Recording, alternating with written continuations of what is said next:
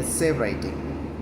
Essay writing എന്ന് പറയുന്നത് എല്ലാ ആക്ടിവിറ്റിയെയും പോലെ, എക്സ്ട്രാ ആക്ടിവിറ്റിയെയും പോലെ ഒരു പ്രധാനപ്പെട്ട ആക്ടിവിറ്റിയാണ്. നമ്മൾ പാട്ട് പാടുന്നത് പോലെ, ഡാൻസ് ചെയ്യുന്നത് പോലെ, അതുപോലെ തന്നെ പ്രധാനപ്പെട്ട ഒരു കാര്യമാണ് എസ്സേ റൈറ്റിംഗ് എന്ന് പറയുന്നത്.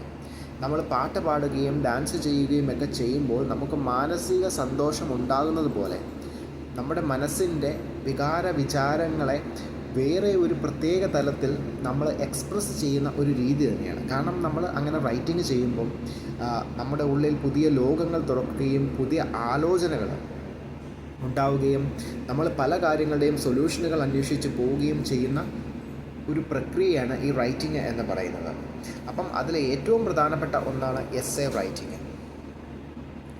കാരണം എസ്സേ റൈറ്റിങ്ങിലൂടെ ഒരു കുട്ടി അല്ലെങ്കിൽ ഒരു വ്യക്തി എന്താണോ അയാളുടെ ഉള്ളിലുള്ളത് അതിൻ്റെ കാര്യകാരണ സഹിതം പൂർണ്ണമായ തോതിൽ അവതരിപ്പിക്കാൻ കഴിയുന്ന ഒരു പ്രത്യേക സിദ്ധിയാണ് ഈ എസ്സേ റൈറ്റിംഗ് എന്ന് പറയുന്നത്.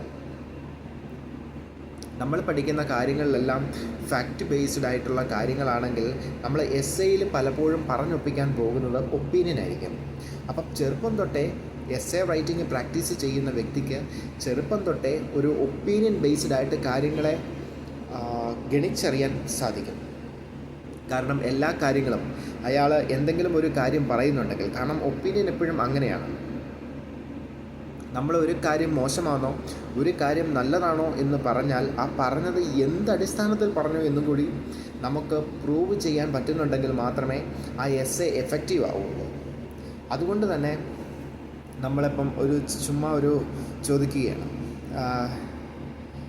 സ്കൂൾ വിദ്യാഭ്യാസം അതിന് ഗുണമുണ്ട് ദോഷമുണ്ട്.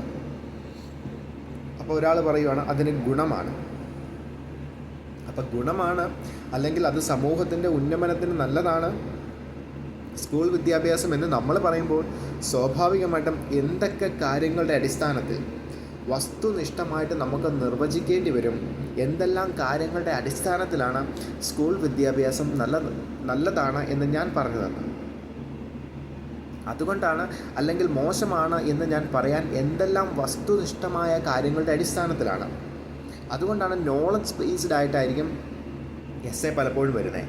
അതായത് ഇതേ ചോദ്യം തന്നെ ഒരു കുട്ടിയോട് ചോദിച്ചാൽ ആ കുട്ടി പറയുന്നതായിരിക്കത്തില്ല ഒരു അധ്യാപകനോട് ചോദിച്ചാൽ.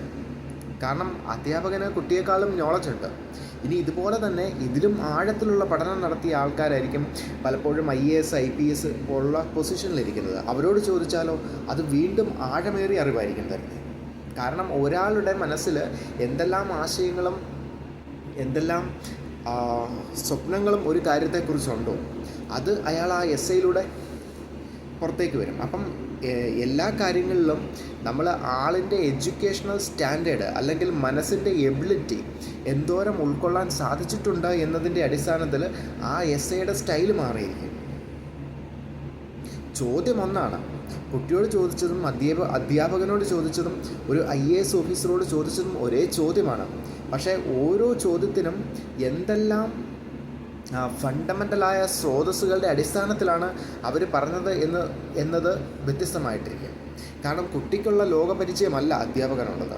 അധ്യാപകനുള്ള ലോകപരിചയത്തെക്കാൾ ആഴമേറിയ പഠനമായിരിക്കും ഒരു IAS വിദ്യാർത്ഥിക്കുള്ളത്. അല്ലെങ്കിൽ അതിലും സ്ട്രോങ് ആയിരിക്കും IAS ജോലി ചെയ്യുന്ന ഒരു വ്യക്തിയുടെ തീരുമാനം. അപ്പം ഓരോ ആളുകളുടെയും തീരുമാനമാണ് അവരുടെ ഈ ഒപ്പീനിയൻ എന്ന് പറയുന്നത്. അപ്പം എസ്സേ എഴുതാൻ പഠിക്കുക, എസ്സേ എഴുതാൻ പഠിപ്പിക്കുക, ഒപ്പീനിയൻ ബേസ്ഡ് ആയിട്ട് ചിന്തിക്കാൻ പ്രേരിപ്പിക്കുക എന്ന് പറയുന്നത് ഒരു പ്രധാനപ്പെട്ട കാര്യമാണ്. അങ്ങനെയാണെങ്കിൽ മാത്രമേ കാര്യകാരണ സഹിതം ഒരു നല്ല ഡിസിഷൻ മേക്കറായിട്ട്, കാരണം നമ്മളെടുക്കുന്ന ഓരോ ഡിസിഷനുമാണ് നമ്മുടെ വിജയപരാജയങ്ങളെ നിശ്ചയിക്കുന്നത്. കാരണം നമ്മൾ വിജയിക്കുമോ പരാജയപ്പെടുമോ എന്നുള്ളതിൻ്റെ അടിസ്ഥാനം നമ്മളെടുത്ത തീരുമാനങ്ങളാണ്, അല്ലെങ്കിൽ സാഹചര്യങ്ങളോട് നമ്മൾ എങ്ങനെ പ്രതികരിച്ചു എന്നുള്ളതാണ്. കാരണം ഇമോഷണലായിട്ട് മാത്രം ചിന്തിക്കുന്ന ഒരു വ്യക്തി, ഇമോഷണലായിട്ട് മാത്രം കാര്യങ്ങളെ സമീപിക്കുന്ന ഒരു വ്യക്തി, ഇമോഷണലായ ബാക്ക്ഗ്രൗണ്ടിൽ നിന്ന് മാത്രം ചിന്തിക്കുമ്പം അത് ഇമോഷണൽ പശ്ചാത്തലങ്ങളുടെ പ്രത്യേകത അയാളുടെ തീരുമാനങ്ങളിൽ കാണും. എന്നാൽ ഫാക്റ്റ് ബേസ്ഡ് ആയിട്ട് കാര്യകാരണങ്ങൾ സഹിതം ആലോചിച്ച് ചിന്തിച്ച് ഉറപ്പിച്ച് തീരുമാനിക്കുന്ന ഒരു തീരുമാനം എടുക്കുന്ന ആളുടെ കാര്യങ്ങളാണെങ്കിലോ അയാളുടെ ആ ഫൗണ്ടേഷന്, അയാൾ പറയുന്ന ഒരു ഡിസിഷന്, അയാൾ എടുക്കുന്ന ഒരു തീരുമാനത്തിന് ആ വസ്തുനിഷ്ഠമായ കാര്യങ്ങളുടെ ഒരു പിൻബലം ഉണ്ടാകും. അതുകൊണ്ട് ആര് തീരുമാനം എടുത്തു എന്നുള്ളതല്ല, ഈ എന്ത് പശ്ചാത്തലത്തിൽ, എന്ത് സാഹചര്യത്തിൽ ആ ഡിസിഷൻ എടുത്തു എന്നുള്ളതാണ്. എന്തറിവിൻ്റെ, എന്ത് പഠനത്തിൻ്റെ അടിസ്ഥാനത്തിൽ ആ തീരുമാനം എടുത്തു എന്നുള്ളതാണ്. ഇമോഷണലായ കാര്യങ്ങളിൽ ഇമോഷണലായിട്ട് മാത്രം കാര്യങ്ങൾ എടുക്കുകയാണെങ്കിൽ നമ്മൾ കൂടുതൽ പ്രാധാന്യം കൊടുക്കുന്നത് കഥകൾക്കും കവിതകൾക്കുമായ തീരുമാനങ്ങളായിരിക്കും. കാരണം കഥയിലൂടെയും കവിതകളിലൂടെയും ഒക്കെ നമ്മൾ കൂടുതലായിട്ട് പ്രചരിപ്പിക്കുന്നതും അല്ല പുറത്തേക്ക് വരുന്നതും ഇമോഷണൽ സൈഡിനെ കൂടുതൽ പരിഗണിച്ചുകൊണ്ടായിരിക്കും. കാരണം ഒരു സിനിമ തന്നെ എടുത്തു, ഒരു സിനിമയുടെ വിജയത്തിന് അതിനകത്ത് വികാരങ്ങളുടെ ഭാഷയായിരിക്കും പറയുന്നത്. കാരണം അത് കാണുകയും അതിൽ അഭിനയിക്കുകയും ചെയ്യുന്നവർ കാണുന്ന ആളുകളുടെ ഉള്ളിൽ സ്നേഹം, ദേഷ്യം, അരിശം മുതലായ വികാരങ്ങൾ ഉണ്ടാക്കാൻ പര്യാപ്തമായ രീതിയിലായിരിക്കും അവരുടെ അഭിനയം. അത് ഇമോഷണൽ വശമാണ്. പക്ഷേ യാഥാർത്ഥ്യവുമായിട്ട് അതിന് പലപ്പോഴും കണക്ഷൻ ഉണ്ടാകണമെന്നും ഇല്ല. ഇതെല്ലാം റൈറ്റിങ്ങിൻ്റെ പല മേഖലകളാണെങ്കിലും ഇതിന് എല്ലാം പ്രധാനപ്പെട്ട കാര്യം എന്ന് പറയുന്നത് നമുക്ക് ഡിസിഷൻസ് എടുക്കാൻ സഹായിക്കുന്ന രീതിയിൽ ഒരു വ്യക്തിയെ ചിന്തിപ്പിക്കണമെങ്കിൽ, അയാൾക്ക് ചിന്തിക്കാൻ പറ്റണമെങ്കിൽ അയാൾക്ക് കാര്യകാരണസഹിതം കാര്യങ്ങളെ മനസ്സിലാക്കാൻ പറ്റണം. അതിന് ഏറ്റവും പ്രധാനപ്പെട്ടതാണ് എസ്സേ റൈറ്റിംഗ് എന്ന് പറയുന്നത്. അപ്പം എസ്സേ റൈറ്റിംഗ് ഫാക്റ്റ് ബേസ്ഡ് ആയിട്ട് പറയും, ഇമോഷണൽ ബേസ്ഡ് ആയിട്ട് പറയും. എന്ത് ഇമോഷണലാണോ അയാളുടെ തീരുമാനങ്ങളെ ഇൻഫ്ലുവൻസ് ചെയ്തത്, അതോ യാഥാർത്ഥ്യങ്ങളും വസ്തുനിഷ്ഠമായ കാര്യങ്ങളുമാണോ എന്നുള്ളതും രണ്ട് തലങ്ങളാണ്. പക്ഷേ എങ്ങനെയൊക്കെ പറഞ്ഞാലും ഇമോഷൻ്റെ ഭാഗത്തു നിന്ന് ചിന്തിക്കാനുള്ള കഴിവുള്ളവർ ആ രീതിയിൽ ചിന്തിക്കും. വസ്തുനിഷ്ഠമായിട്ട് കാര്യങ്ങളെ വീക്ഷിക്കാൻ കഴിവുള്ളവർ ആ രീതിയിൽ ചിന്തിക്കും. പക്ഷേ എന്ത് തീരുമാനമെടുക്കണമെങ്കിലും അതിനൊരു ഫൗണ്ടേഷൻ ഉണ്ടാകണം. ആ ഫൗണ്ടേഷന് ഈ റൈറ്റിംഗ് എന്ന് പറയുന്നത് ഒരു പ്രധാനപ്പെട്ട കാര്യമാണ്. ഈ റൈറ്റിംഗ് എന്ന് നമ്മളെ സഹായിക്കുന്നത് ഇങ്ങനെ നല്ല ഡിസിഷൻസ് എടുക്കാൻ വേണ്ടിയിട്ടാണ്. അപ്പം എസ്സേ റൈറ്റിംഗ് എന്ന് പറയുന്നത് വളരെ പ്രധാനപ്പെട്ടതാണ്. അത് എല്ലാവർക്കും ട്രെയിൻ ചെയ്യേണ്ടതാണ്. അതെല്ലാവരും സ്വന്തമാക്കി മാറ്റേണ്ട ഒരു പ്രക്രിയയാണ്. അത് ചെറുപ്പകാലം തൊട്ടേ ശീലിക്കുന്നതാണ്. അങ്ങനെയുള്ളവരാണ് പിന്നീട് ഭാവിയിൽ വളരെ പ്രധാനപ്പെട്ട റൈറ്റേഴ്സും എഴുത്തുകാരുമൊക്കെ ആയിട്ട് മാറുന്നത്.